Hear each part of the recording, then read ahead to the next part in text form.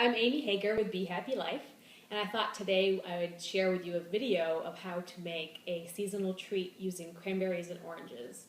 I'm making a recipe called cranberry orange salad or cranberry orange relish, and it's so easy. I can make this in 1 minute, you'll be amazed.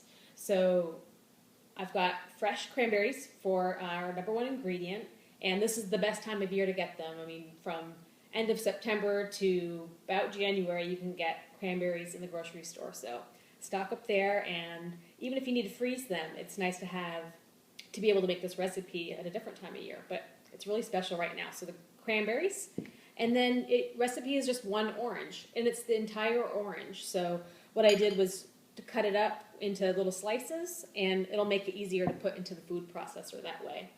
So your 2 main ingredients, and then we're just going to use a little bit of honey for sweetener. It's completely up to you how much you want to use. I use about a tablespoon.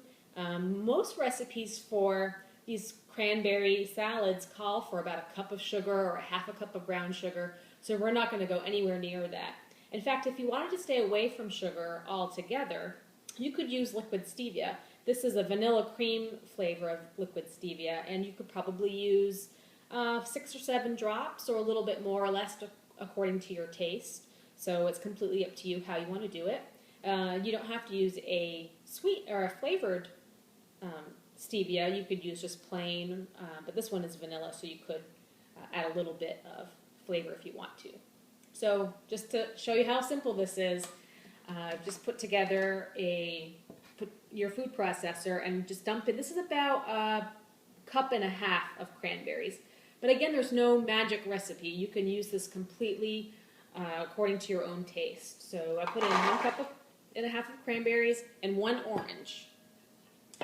And you can just throw those in like that.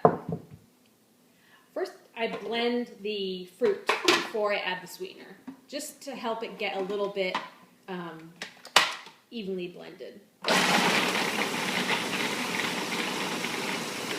So about 5 seconds in the food processor, doesn't take a lot of time. And then I'll go ahead and put in a little bit of honey. This is my own honey from the hives in the backyard, so it's local honey, so that's really nice.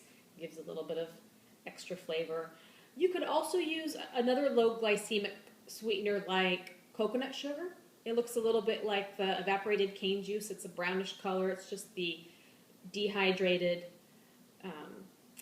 coconut sap, and that's a really nice flavor for a low glycemic sweetener as well. So another option for you there. I'm going to do this in another couple of seconds.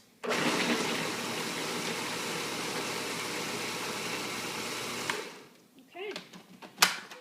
So what I can show you here is that we've got a nicely blended, evenly kind of diced looking cranberry orange relish or cranberry orange salad.